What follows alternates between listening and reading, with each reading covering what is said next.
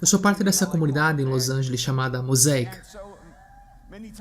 E tantas vezes quando eu estou lá, eu preciso dar uma respirada funda e lembrar que havia um tempo em que nós apenas imaginávamos algo como aquela comunidade. Ela só existia nos nossos sonhos. E eu amo essa fase na vida em que vocês estão, porque talvez você não realize, mas você é, na real, um incubador do futuro.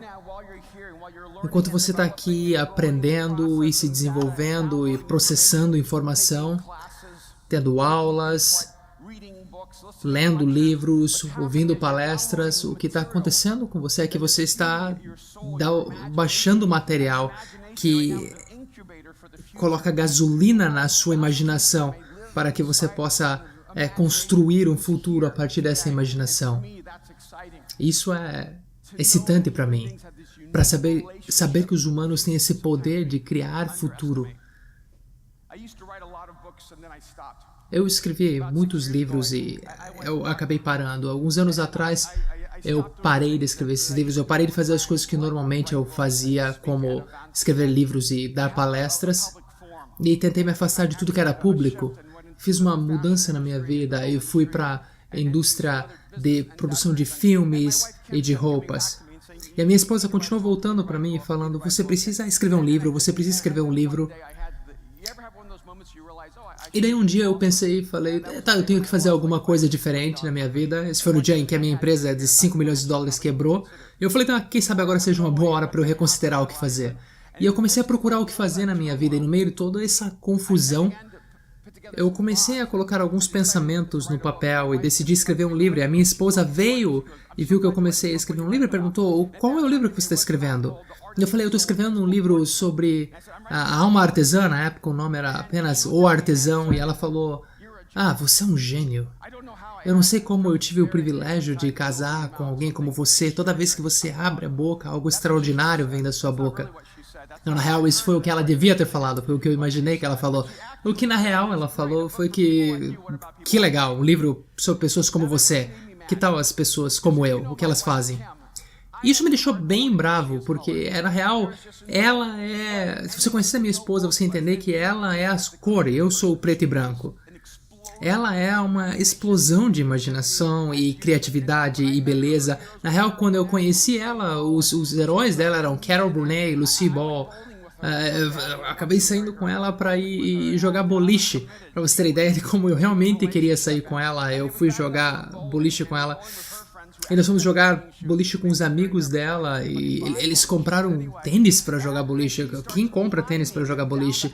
E ela começou a fazer mímicas ali na pista de boliche e dançar e fazer umas palhaçadas como se ninguém estivesse olhando para ela. E eu sou bem quieto e ela continua lá fazendo mímicas e tentando brincar comigo. E eu falei, nossa, eu tenho que casar com essa menina. Ela não tem medo de nada.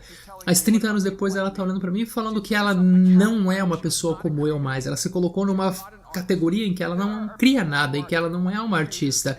Que há pessoas que criam, há pessoas que imaginam algo, mas a função dela é só sentar e assistir o que as pessoas estão fazendo, não criar algo. E quando ela falou isso, eu entendi por que essa é uma conversa bem importante. Eu estou escrevendo esse livro porque há pessoas como você que acreditam na mentira de que elas são menos enquanto outros são mais. Que acreditam na mentira que roubou de você a essência do que é ser humano, e essas pessoas precisam pegar de novo isso dentro delas. Eu acabei indo logo depois disso aí para essa comunidade chamada TED, que é sobre tecnologia, entretenimento e design. Eu estava procurando um lugar onde eu poderia me concentrar e criar algo. E eu pensei que poderia ser na igreja, mas vamos ser sinceros, às vezes a igreja não é esse lugar. E um dos meus amigos chegou pra mim, ele é um sábio, e ele chegou pra mim e antes do TED ser algo famoso, e antes deles começarem com os TED Talks, ele falou pra mim, você tem que entrar nessa comunidade onde pessoas muito inteligentes no mundo se juntam e elas começam a criar as coisas juntas. É tipo uma incubadora de gênios e pensadores. É algo... Depois eu acabei descobrindo que era algo bem privado e que você tinha que aplicar para tentar fazer parte do grupo. E eu apliquei e eu tentei e fui não me aceitaram, e não me aceitaram de novo, e não me aceitaram pela terceira vez. Eu sei como é esse negócio de ser rejeitado, porque eu tava acostumado a tentar sair com as garotas, e eu sei como é ser rejeitado. Então eu continuei sendo chato, tentando convencer. Olha, Ted, você tem que casar comigo. Eu sei que você não quer sair comigo, mas vamos sair junto. Eu sei que nós temos algo juntos pra fazer. E eu descobri que ia ter esse evento chamado TED Global, na Arusha, na Tanzânia. E eu falei, olha, eu tenho uma suspeita de que tem menos pessoas indo pra Tanzânia do que indo pra Califórnia. Então eu vou tentar aplicar. Quem sabe eu consigo entrar nesse grupo que tá indo pra Tanzânia. E eu apliquei pra tentar ir pra África. Eu sou latino, eu sou de El Salvador. E se você conhece alguma coisa sobre latina que você pode trancar a tua porta da frente, nós vamos dar uma volta por trás, vamos tentar achar um caminho, uma janela aberta que você esqueceu. Nós vamos entrar na tua cozinha, fazer um jantar. Você é bem-vindo para vir jantar conosco. Então, eu tentei aplicar para ir para África e eu fui aceito, porque eu era mais qualificado do que uma cadeira vazia. E eu acabei indo lá e foi uma experiência insana. Na realidade, eu estava tão excitado com o que aconteceu lá que eu chorei por 5 dias. Numa das vezes, teve um dos palestrantes que fez uma pergunta totalmente retórica. Alguém levantou e começou a discutir com a pessoa. E eu falei, não é maravilhoso isso, que a pessoa está discutindo com o pensador. E de repente eu percebi que era o Bono, do YouTube, que estava lá. E eu falei, nossa, eu estou num evento onde o Bono acaba discutindo com uma pessoa que está dando a palestra. Mas eu tenho problemas sociais, eu sou bem introvertido. E uma das coisas que mais me terroriza é encontrar novas pessoas, conversar com pessoas novas. E eu acabei indo pro TED, eles perderam minha roupa na viagem, então isso já tava fazendo tudo muito complicado. E eu tava conversando com a minha filha no telefone e ela tava falando pra mim, ok, pai, eu quero que você encontre pessoas, eu quero que você... Tá, eu vou andando e eu vou falando pra você o que você vai fazer, ok? E daí ela falou, vai, faça contato visual, sorria pras pessoas. E eu tô sorrindo. E ela falou, não grita, que eles vão pensar que você é maluco. Na realidade, logo depois a minha esposa falou, olha, olhe pra você, procure por alguém mais solitário do que você. E eu tava procurando por alguém mais solitário do que eu. Na realidade, eu acabei mudando e falei, eu vou procurar por alguém gentil. Eu tava procurando por alguém gentil. E eu vi essa mulher, ela era um pouquinho mais velha que eu. E ela parecia uma das pessoas mais gentis. Ela não parecia um empreendedor, um cientista maluco. Ela era gentil. E eu falei assim, eu vou tentar me conectar com essa mulher. Eu fui lá no buffet, peguei minha comida. Eu falei pra ela, esse é meu primeiro TED. Ela me contou da experiência dela. Eu falei, quer vir almoçar comigo? E nós acabamos sentando pra conversar ali. E começamos a fazer amizade. E 8 pessoas sentaram conosco ali naquela mesa redonda. Quase que imediatamente. Nós ficamos conversando pelo menos por 1 hora. E ninguém interrompeu a gente. Eu falei, nossa, todos eles estão ouvindo, eu estou encantando essas pessoas. Elas estão aqui só para me escutar. Na realidade não era por minha causa, elas estavam ali para escutar ela. E você já conversou com essas pessoas que sempre que você quer conversar com alguém, ela quer conversar só sobre o que ela quer conversar, ela muda o tópico para isso. Você chega e fala, você já viu o problema da guerra no Oriente Médio? E ela fala, não, e o Corinthians? Você chega e fala pra ela, eu não tô com problema no meu relacionamento. E ela fala, o Corinthians também tá tendo uns problemas de relacionamento interno. Não importa o que você tá falando, elas vão tentar falar sobre o que elas querem falar. Essa mulher era assim, não importa sobre o que eu quisesse falar, ela ia querer mudar pro assunto dela. Ela era fixa, ela queria só falar sobre isso, sobre chimpanzés e gorilas. E eu não entendia direito o que ela falava, estava sendo corrigido várias vezes. E depois de 1 hora naquela conversa só sobre chimpanzés e gorilas, eu falei, eu tô preocupado com a situação política na China. E ela falou, os chimpanzés também têm sistemas políticos. E eu falei, eu tava ali pensando, tentando conversar sobre a ética humana, e ela falou também que os gorilas também têm relacionamentos éticos. E eu falei, Jane, eu posso te fazer uma pergunta? Por acaso teu nome é Jane Goodall? E ela falou, claro que sou eu. Eu falei, então é isso, explica tudo esse negócio de gorila e chimpanzé. E toda pessoa que eu encontrei lá era parecido com ela, todos eles tinham uma espécie. Você encontrava as pessoas que sabiam tudo sobre pinguins e a pessoa que conhecia a migração da uma única abelha na América do Sul no mês de outubro. E todas as pessoas estavam lá, tinha alguma coisa. E tinha a pergunta mais temida, que era quando eles chegavam pra mim e falavam, o que você faz? Eu falava, algumas vezes eu sou cineasta, escritor, um designer de moda. Eu quase nunca falava que eu era um pastor, porque 99% deles eram ateístas ateus, e falar pra eles que você é um pastor pra eles, é como se você fosse um canibal convidando eles pro almoço. Então eu respondia várias vezes tentando falar, eu sei um monte de coisa, mas eu não faço nada direito. E quase sempre eles falavam pra mim, então você é um escritor.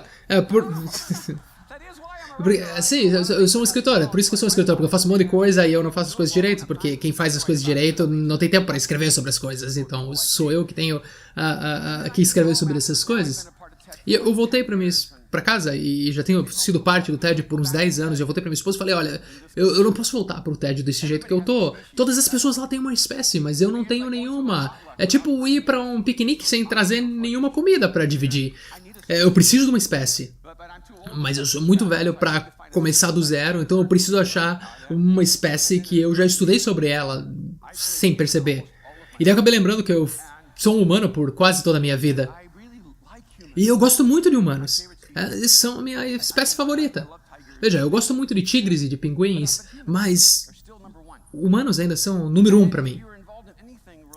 E se você está envolvido em qualquer coisa relacionada ao ministério, na vida disso que nós chamamos de igreja, você acaba entendendo que você precisa ser um expert em humanidade, por causa das complicações que os humanos têm, as neuroses que os humanos têm, os relacionamentos humanos. E, eventualmente, você vai precisar conhecer um monte acerca de, não apenas de Deus, mas muito mais das pessoas. Eu comecei a perguntar para mim, o que nos faz diferente das outras espécies? O que nos diferencia dos tigres e dos pinguins? E tem essa passagem na Bíblia que eu quero colocar agora na tua mente, para que você possa tentar pensar nisso e ver o que pode acontecer no futuro. Hebreus 11.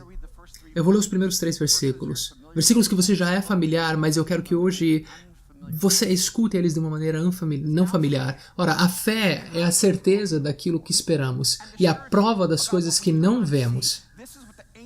Pois foi por meio dela que os antigos receberam bom testemunho. Pela fé entendemos que o universo foi formado pela palavra de Deus, de modo que o que se vê não foi feito do que é visível. E vamos parar por aqui. Você já alguma vez leu a Bíblia e ela não fez sentido nenhum pra você, mas você faz de conta que ela fez sentido só porque tá na Bíblia, mas se isso estivesse em qualquer outro lugar, você vai falar, não, isso não faz sentido nenhum, mas porque tá na Bíblia você faz de conta que isso faz sentido pra você? É isso que esse versículo é pra mim, entendeu? É isso que esse texto é. Ora, a fé é a certeza daquilo que esperamos e a prova das coisas que não vemos. Quem aqui tem certeza e gosta muito mais das coisas que você não tem prova do que das coisas que não tem prova? Eu prefiro muito mais as coisas que eu tenho prova. Por exemplo, eu prefiro muito mais o carro que eu tenho do que o carro que eu não tenho. Eu prefiro muito mais a casa que eu tenho do que a casa que eu não tenho. Eu sou muito mais confiante nas coisas que eu tenho do que nas coisas que eu tô esperando. Porque humanos são assim, desenhados para ter confiança nas coisas que eles têm na mão. Agora, a Bíblia diz que a fé é a certeza daquilo que esperamos. A fé é essa coisa abstrata e etérea que muda o seu pensamento, a maneira com que você se relaciona, para que você tenha mais confiança no que você espera do que naquilo que você já tem. Isso é completamente complicado, diferente do que é ser humano. E ela fala, a fé é a certeza das coisas que nós não vemos. Quem é que tem mais certeza das coisas que nós não vemos do que as coisas que nós vemos? Eu tenho muito mais certeza das coisas que eu vejo. Se você olhar pra mim e falar, você pode sentar aqui e é uma cadeira que eu posso ver, eu vou sentar nessa cadeira que eu possa ver. Agora, se você falar, senta aqui nessa cadeira, eu não posso ver a cadeira, eu falo, não, senta você na cadeira que eu não vejo, porque, entendeu? Eu não tenho certeza de que eu vou sentar na cadeira que eu não posso ver. Mesmo que você me fale que você pode ver a cadeira, se eu não posso ver ela, eu não vou sentar nela. Eu prefiro sentar numa cadeira que eu vejo, sente você na cadeira que você não vê. E acaba falando que, esse texto acaba falando que a fé é a certeza daquilo que nós não esperamos. A fé é algo que viola tudo que nós temos experimentado na nossa vida. Veja, a esperança sempre está no futuro, a esperança não deve estar no passado. Se a tua esperança está no passado, isso se chama arrependimento. A esperança só está no futuro. Se você vai ter certeza de algo que você não pode ver, você tem que ter fé no invisível.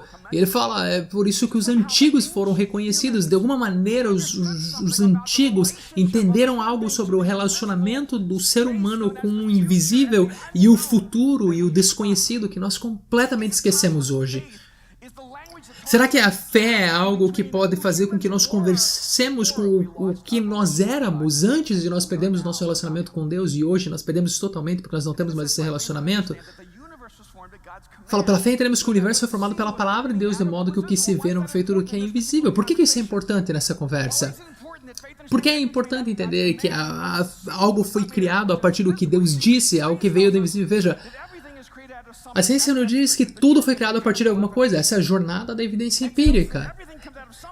Exceto, tudo veio de alguma coisa, exceto aquela coisa que veio a partir do nada, porque não havia nada, então foi criada a coisa original, mas a partir dela tudo se cria a partir de algo incrivelmente científico. Mas o que nós normalmente dizemos é que sim, tudo se criou a partir de alguma coisa original, essa coisa original veio do nada, mas o nada veio de Deus, e ele deu um comando e tudo veio do nada, mas na realidade não, isso que diz é... Parece que tudo surgiu do nada, mas parece que tudo surgiu do nada, mas o nada não é um nada mesmo, é apenas algo invisível que deu o pontapé inicial para que as coisas visíveis fossem criadas. Você está conseguindo me seguir aqui? Veja, isso é importante.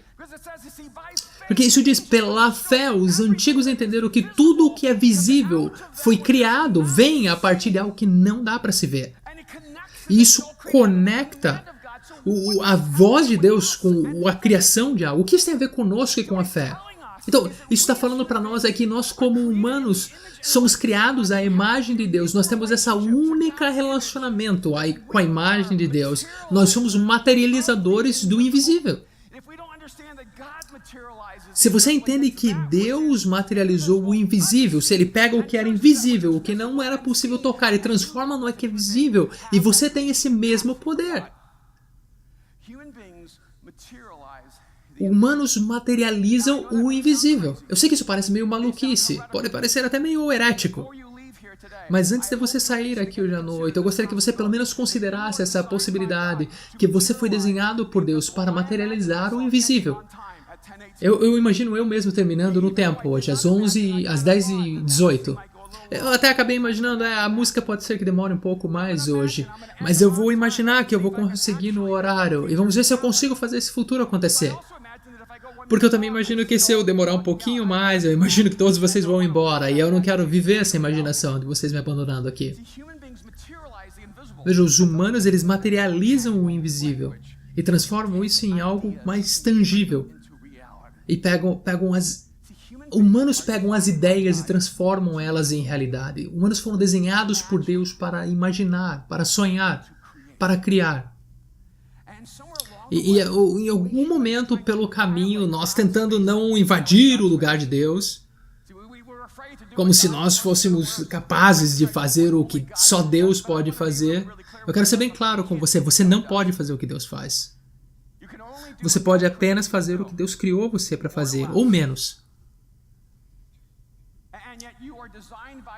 E assim você foi desenhado por Deus para que na sua imaginação você conseguisse ver nos seus sonhos alguma coisa que você pudesse tornar em realidade. Assim, a imaginação é o nosso maior dom, mas é também a nossa maldição. Você já imaginou que você poderia ser alguém, mas você não conseguiu alcançar aquilo que você imaginou? Quando você acaba imaginando algo que você gostaria de ser, mas você não consegue, você é cheio de culpa, você se sente arrependido. Você não poderia experimentar culpa se você não conseguisse imaginar uma vida que você gostaria, mas que você não alcançou. Você está aqui num dos momentos mais decisivos da tua vida. Você está procurando uma carreira, mas talvez em algum lugar de você está falando, eu estou indo nesse caminho aqui, mas aqui dentro de mim eu gostaria de ir num outro lugar. Mas você acaba escolhendo o lugar mais seguro, o lugar que você tem mais possibilidades. Você não quer ir para o outro lugar. Ele vai exigir mais coragem para você tentar alguma coisa diferente na tua jornada. Se você imaginar uma vida que você nunca teve a coragem de vivê-la, você vai ver a tua vida inteira em arrependimento. Você pode imaginar um mundo que nós nos sentimos impotentes para criar. E se você nunca tentar criar esse mundo, você vai se sentir desesperado no futuro.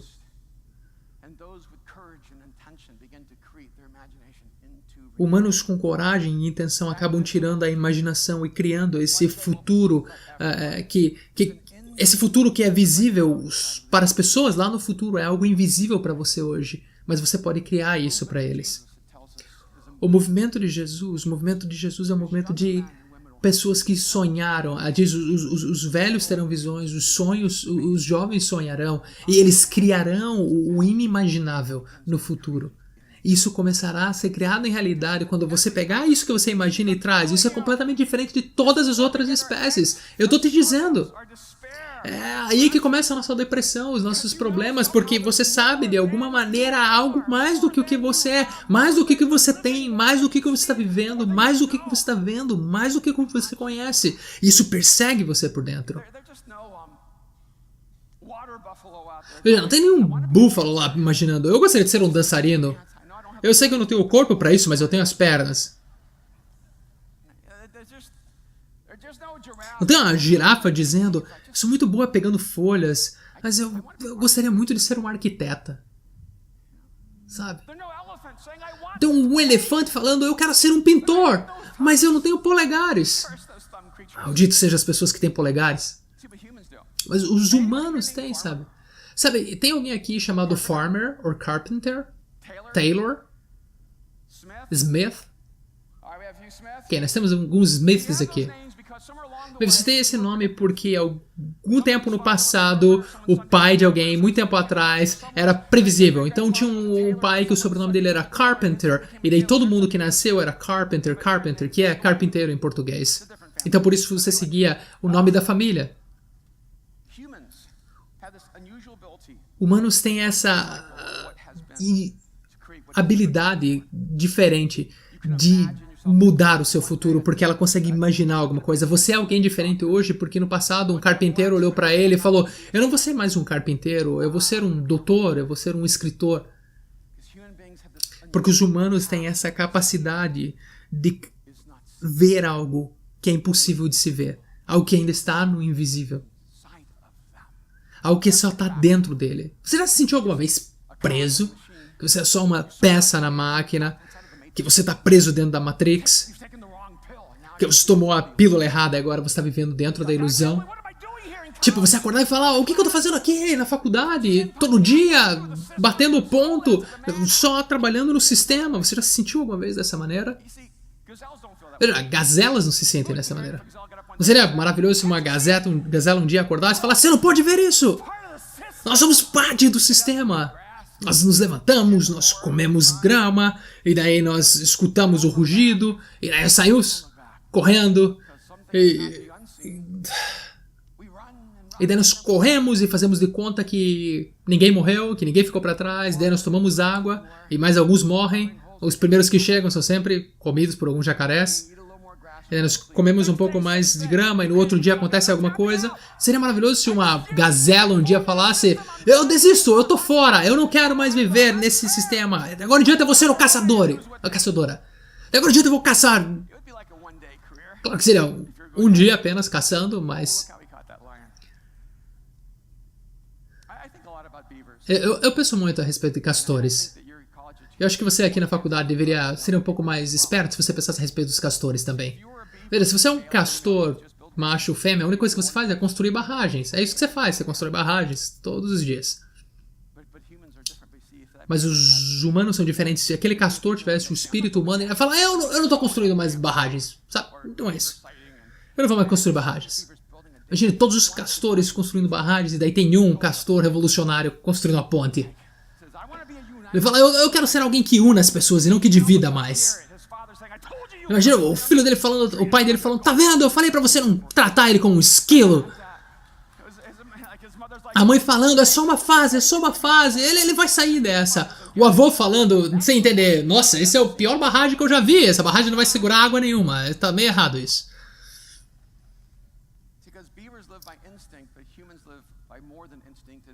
Castores vivem apenas por instinto, mas humanos vivem por mais instinto, vivem através da imaginação. Uma das coisas mais poderosas para mim é o sonho do Nelson Mandela. O sonho de ver algo diferente, muito mais forte do que qualquer arma.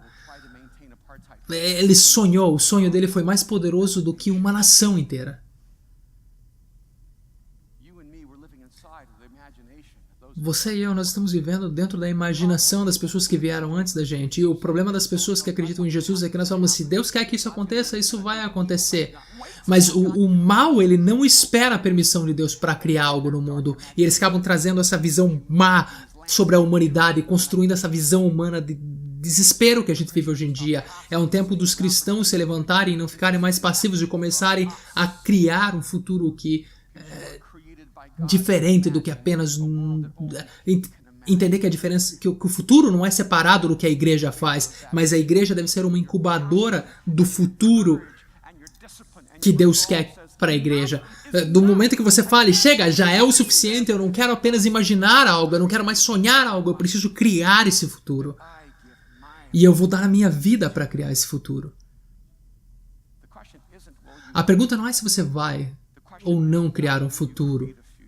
A pergunta não é quando você vai criar um futuro. A pergunta é que tipo de futuro você irá criar e deixar para aqueles que serão o resultado da sua imaginação. Você foi criado por Deus, diferente de qualquer outra espécie.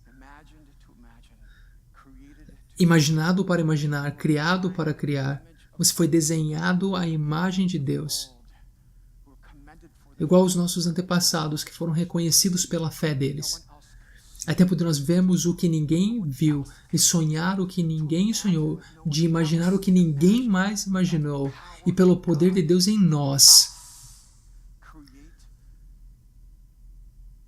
criarmos um mundo que Jesus imaginou quando ele morreu por nós. São 10:17. Eu imagino eu mesmo, te dando 1 minuto para você ser livre. Vá! We hope you enjoyed this message. Biola University offers a variety of biblically centered degree programs, ranging from business to ministry to the arts and sciences. Learn more at biola.edu.